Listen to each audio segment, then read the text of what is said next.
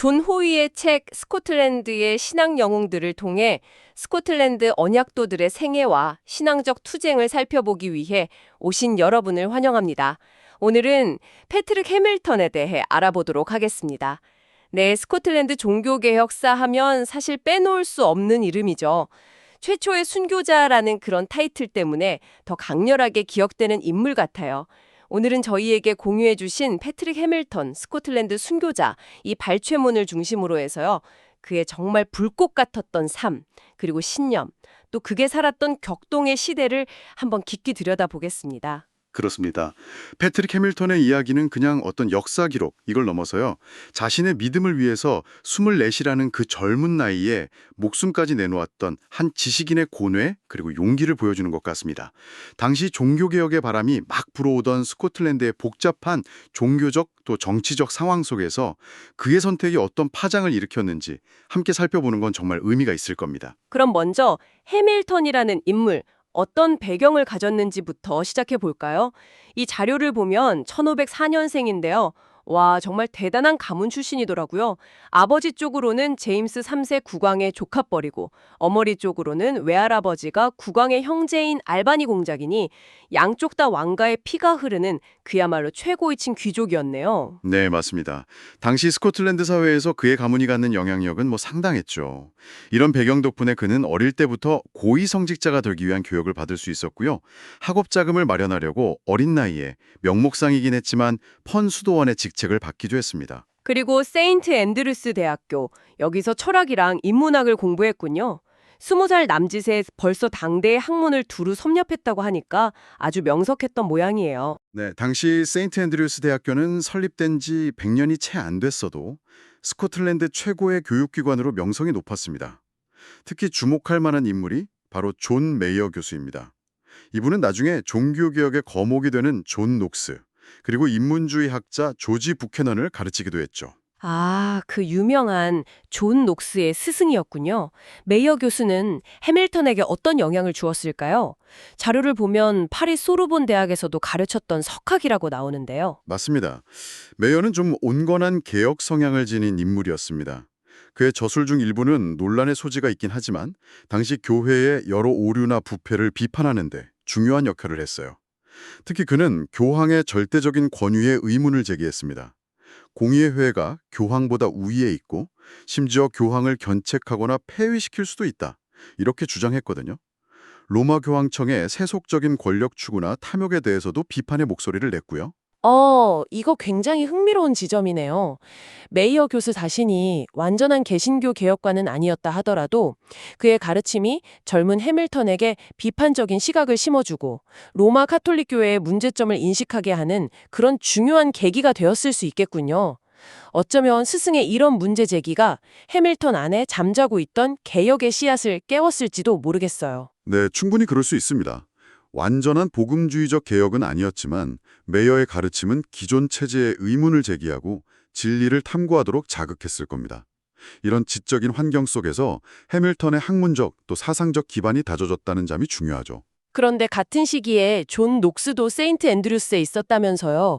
그런데 기록을 보면 두 사람 사이에 별다른 교류는 없었다고 하네요. 왜 그랬을까요? 몇 가지 이유를 생각해 볼 수 있는데요. 우선 녹스가 해밀턴보다 한 살 정도 어렸고 또 그 당시에는 아직 로마 카톨릭 사제 신분이었습니다. 그리고 해밀턴이 중간에 학업 때문에 해외에 머물렀던 기간도 있고요. 그리고 무엇보다도 두 사람 사이에는 좀 넘기 힘든 신분의 벽이 있었을 겁니다. 해밀턴은 왕족에 가까운 최고 귀족이었고 녹스는 상대적으로 평범한 배경이었으니까요. 아, 신분 차이가 큰 요인이었겠군요. 해밀턴이 22살이 될 무렵부터는 그의 생각이나 발언들이 점차 성직자들의 시험을 사기 시작했다고 합니다. 당시 주류였던 스콜라 철학, 그러니까 중세대학의 그 논리 중심 신학 대신에 고대 문헌 연구 같은 인문학을 강조하고 또 교회의 부패상을 거침없이 비판했기 때문이죠. 네, 그렇죠. 영향력 있는 가문의 젊고 총명한 학자가 그런 목소리를 내니까 기존 질서를 유지하려는 이들에게는 꽤 위협적으로 느껴졌을 겁니다. 그의 비판이 단순한 학문 논쟁을 넘어설 수 있다고 본 거죠. 결국 1526년에 해밀턴은 공식적인 서품을 받기 전에 스코틀랜드를 떠나서 해외 유학길에 오릅니다. 당시 귀족이나 성직자 지망생들에게 해외 유학이 흔한 일이긴 했다지만 혹시 이런 의심의 눈초리를 좀 피하려는 의도도 있었을까요? 그럴 가능성도 배제할 수는 없겠죠. 어쩌면 좀 더 자유로운 환경에서 자신의 사상을 발전시키고 싶었을 수도 있고요. 그는 당시 유럽 전역의 명성을 떨치던 마르틴 루터의 이름을 듣고 독일로 향했습니다. 비텐베르크에서 루터와 그의 동역자 멜라니톤을 만났고요. 그들의 추천으로 새로 설립된 마르부르크 대학으로 가게 됩니다. 마르부르크 대학은 어떤 곳이었나요? 거긴 헤센의 영주 필립이 종교개혁 사상을 지지하면서 세운 대학이었어요. 그곳에 프란시스 람베르트라는 학자가 학장으로 있었는데 그 역시 개혁신앙 때문에 고향인 프랑스 아비뇽과 모든 직위를 버리고 망명한 그런 인물이었습니다. 아, 람베르트와의 만남이 해밀턴에게 아주 중요했던 것 같군요. 그렇습니다. 람베르트는 비슷한 처지에서 신앙을 위해 모든 걸 포기한 경험이 있었기 때문에 젊은 해밀턴에게 깊은 공감과 애정을 느꼈다고 해요. 해밀턴은 람베르트의 지도 아래에서 개혁 신학을 정말 열정적으로 흡수했고요. 바로 이곳 마르부르크에서 자신의 조국 스코틀랜드에 이 복음을 전해야 한다는 강한 사명감을 품게 됩니다. 그런데 스승 람베르트는 위험하다면서 만류했다고요? 네, 람베르트는 당시 스코틀랜드 상황을 잘 알고 있었기 때문에 해밀턴이 돌아가면 겪게 될 위험을 경고하면서 말렸습니다. 하지만 해밀턴의 결심은 이미 확고했어요. 복음 전파의 열망에 불타고 있었죠. 그래서 결국 1527년 23살 조금 넘은 나이에 시종 한 명만 데리고 스코틀랜드로 돌아오게 되는군요. 자료에서는 귀국 전에 보헤미아에 잠시 머물렀을 가능성도 언급하긴 하는데 확실하지 않다고 덧붙이고요. 여기서 흥미로운 점은 그가 독일 개신교 지도자들과 교류하면서 그들의 교리를 깊이 이해했지만 그렇다고 독일의 개혁 모델을 그대로 스코틀랜드에 이식하려 했다는 주장은 근거가 부족하다 이렇게 지적하는 부분입니다. 네, 그게 중요한 지적입니다.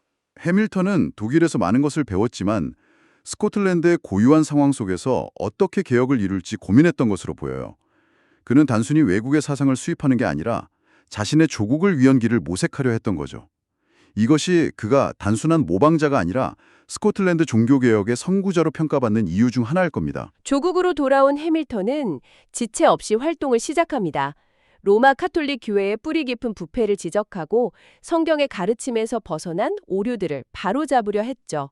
그의 뛰어난 학식과 예의 바른 태도, 그리고 무엇보다 그의 고귀한 신분 덕분에 많은 사람들이 그의 가르침에 귀를 기울였다고 합니다. 네, 하지만 그의 영향력이 커질수록 기득권 세력의 견제도 거세졌습니다. 당시 스코틀랜드 교회의 최고 권력자이면서 수상, 챈슬러이기도 했던 세인트 앤드류스 대주교 제임스 비튼이 그의 활동을 예의주시하기 시작했어요. 비튼은 해밀턴의 설교 내용뿐만 아니라 그가 얻고 있는 명성과 대중적 지지, 그리고 그것이 기존 교회 질서에 미칠 파급력을 심각하게 우려했습니다. 해밀턴의 가문 배경 때문에 비튼 대주교도 처음에는 섣불리 손을 대지는 못했군요. 하지만 결국 그를 제거해야겠다고 마음을 먹은 거네요. 자신의 권력 기반이 흔들릴 수 있다는 그런 위기감을 느꼈던 거겠죠? 그렇습니다. 세인트 앤드루스는 당시 스코틀랜드 카톨릭 교권의 심장부였거든요. 비튼 대주교는 수많은 고위성직자들에게 둘러싸여서 막강한 권력을 행사하고 있었죠. 그는 자신의 지위를 위협하는 해밀턴을 제거하기 위해서 아주 교활하고 치밀한 계략을 꾸미게 됩니다. 어떤 계략이었나요? 자료를 읽어보니까 정말 소름이 돋을 정도로 계획적이던데요. 비튼은 마치 해밀턴의 의견을 경청하고 토론하고 싶은 것처럼 아주 우호적인 태도를 보이면서 그를 세인트 앤드루스로 초청했습니다. 교회가 가진 문제점들에 대해서 자유롭게 의견을 나누고 함께 개혁 방안을 모색해보자 이런 명분을 내세웠죠. 해밀턴은 그 초청에 응했고요. 뭔가 좀 불안한데요? 네, 해밀턴은 비튼 대주교의 진심을 믿었던 것 같아요. 어쩌면 최고 권력자인 대주교를 직접 만나 설득할 수 있다면 스코틀랜드 교회 전체의 개혁을 앞당길 수 있는 절호의 기회다 이렇게 생각했을지도 모릅니다. 젊고 이상주의적인 학자의 순수함 혹은 자신의 신념에 대한 확신 같은 게 엿보이는 대목이죠. 하지만 결과적으로는 호랑이 굴로 제 발로 들어간 셈이 되고 말았습니다. 세인트 앤드류스에 도착한 뒤에는 상황이 어떻게 전개되었나요? 비트는 도미니크 수도회 소속의 알렉산더 캠벨이라는 수사를 붙여서 해밀턴과 여러 차례 신학적인 논쟁을 벌이게 했습니다. 캠벨 역시 학식이 뛰어난 인물이었지만 해밀턴의 명료한 논리와 성경에 기반한 주장에 지적으로는 압도당했다고 합니다. 자료에 따르면 캠펠은 해밀턴의 주장이 옳다는 걸 내심 인정했지만 자신의 입장이나 기득권을 포기할 용기는 없었던 것 같아요. 결국 그는 대주교에게 해밀턴을 설득하는 데 실패했다고 보고합니다. 그동안 비튼과 다른 고위성직자들은 겉으로는 해밀턴에게 계속 우호적인 태도를 유지했어요. 심지어 교회 개혁의 필요성에 공감하는 척하면서 그를 안심시키기까지 했죠. 하지만 이건 전부 시간을 벌기 위한 위장이었습니다. 그들은 해밀턴을 세인트 앤드류스에 묶어두고 그의 발언 하나하나를 수집하면서 이단으로 몰아갈 증거를 차곡차곡 쌓고 있었던 겁니다. 결국 비튼 대주교가 본색을 드러내는군요. 자료에서는 제임스 비튼을 그의 조카이자 후임자인 데이비드 비튼 추기경과 마찬가지로 아주 원칙 없고 교활하며 정치적 야심에 가득 차서 진리를 미워하는 인물로 묘사하고 있습니다. 자신의 권력을 위해서라면 정말 수단과 방법을 가리지 않았던 거죠. 네, 모든 준비가 끝났다고 판단한 비튼은 어느 날 밤 기습적으로 체포 명령을 내려서 해밀턴을 세인트 앤드류스 성 안에 감옥에 가둬버립니다. 이때 해밀턴은 자신의 함정에 빠졌다는 걸 깨달았지만 절망하거나 동요하지 않고 침착하게 다가올 결과를 준비했다고 기록되어 있습니다. 아니, 어떻게 그럴 수가 있었을까요? 세유에서는 그가 하늘의 이치에 밝았고 굳게 믿었던 진리가 그의 영혼을 지탱하고 활력을 불어넣어 주었다. 이렇게 표현합니다. 그는 자신의 운명을 의롭게 심판하시는 분께 맡기면서 담담하게 최후를 준비했던 것 같아요. 한편 비튼과 그의 측근들은 해밀턴의 강력한 가문이 구명운동에 나설 것을 극도로 경계했습니다. 그래서 아주 교묘한 술책을 쓰죠.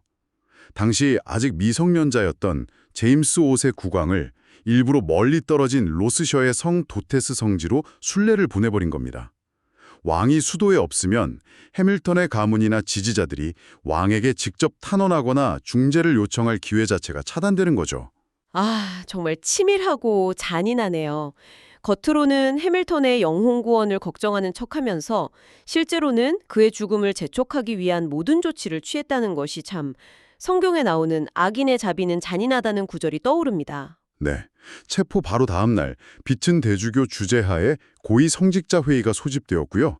해밀턴은 이단 교리를 설교하고 퍼뜨렸다는 혐의로 공식 기소되었습니다. 처음에는 여러 가지 죄목이 거론되었지만 최종적으로는 해밀턴이 로마 카톨릭의 핵심 교리 중에서 부인했던 몇 가지 사항으로 혐의가 딱 집약되었습니다. 구체적으로 어떤 혐의들이었는지 궁금한데요. 이게 당시 종교개혁 사상의 핵심을 보여줄 것 같습니다. 네, 자료에 총 13가지 혐의가 나열되어 있는데 너무 길게 다 읽기보다는 핵심적인 내용을 주제별로 좀 묶어서 요약해 보겠습니다. 크게 한 3가지 그룹 정도로 나눌 수 있을 것 같아요. 첫째는 구원에 관한 것입니다. 인간은 선행이나 교회의 성사를 통해서가 아니라 오직 믿음으로만 의롭게 된다는 주장, 그리고 인간에게는 스스로 선을 행할 능력이 없다는 자유의지 부정, 또 세례 후에도 죄성은 남아있다는 원죄 교리 같은 것들이 포함됩니다. 이건 당시 카톨릭 교회의 행위중심 구원관을 정면으로 반박하는 거였죠. 둘째는 교회의 권위와 전통적인 의식에 대한 도전입니다. 죄를 용서받기 위해 사제에게 하는 고해성사가 필수적이지 않다거나 고행을 통해 죄사함을 살 수 없다는 주장, 그리고 죽은 자의 영혼이 머문다는 연옥은 없다는 주장이 여기에 해당합니다. 성경에 명확한 근거 없는 교회의 가르침과 권위를 부정한 겁니다.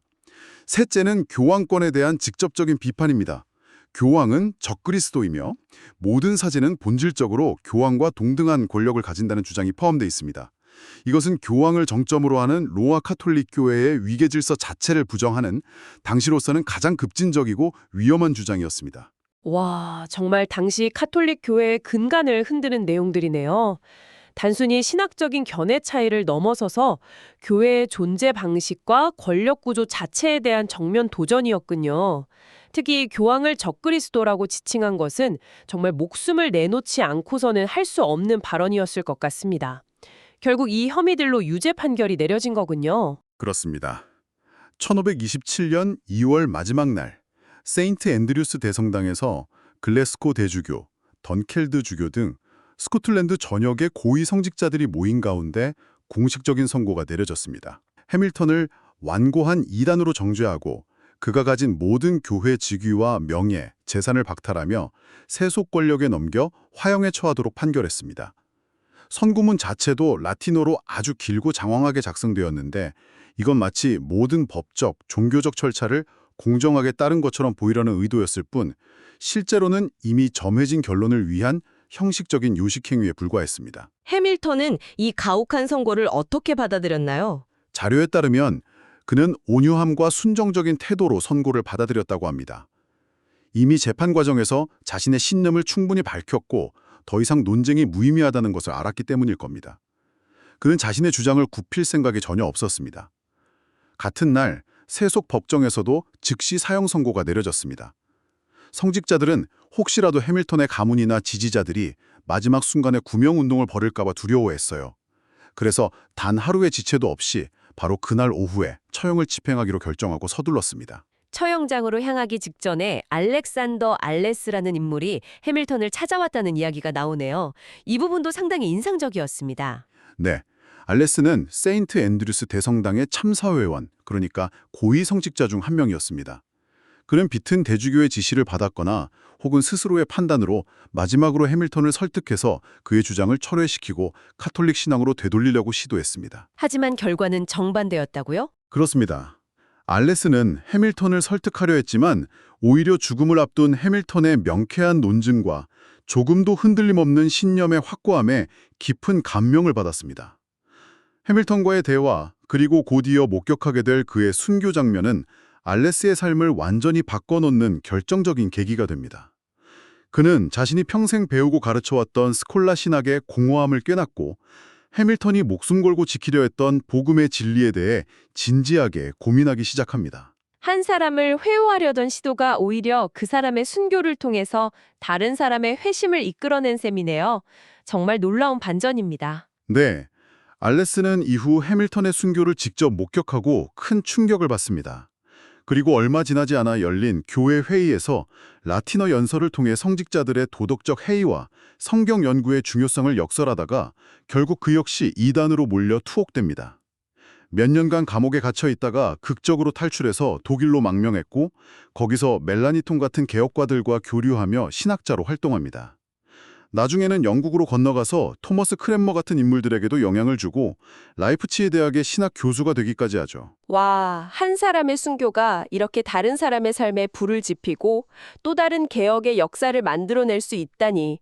이 자료는 여기서 해밀턴의 직접적인 이야기는 마무리되지만 그의 죽음이 결코 헛되지 않았음을 알레스의 이야기를 통해 강력하게 보여주는 것 같습니다. 해밀턴이 남긴 불씨가 알레스에게 옮겨붙어서 더 멀리 퍼져나간 거군요. 오늘 저희는 패트릭 해밀턴, 스코틀랜드 순교자 발췌문을 통해 스코틀랜드 최초의 개신교 순교자 패트릭 해밀턴의 짧지만 너무나 강렬했던 삶을 함께 따라가 보았습니다.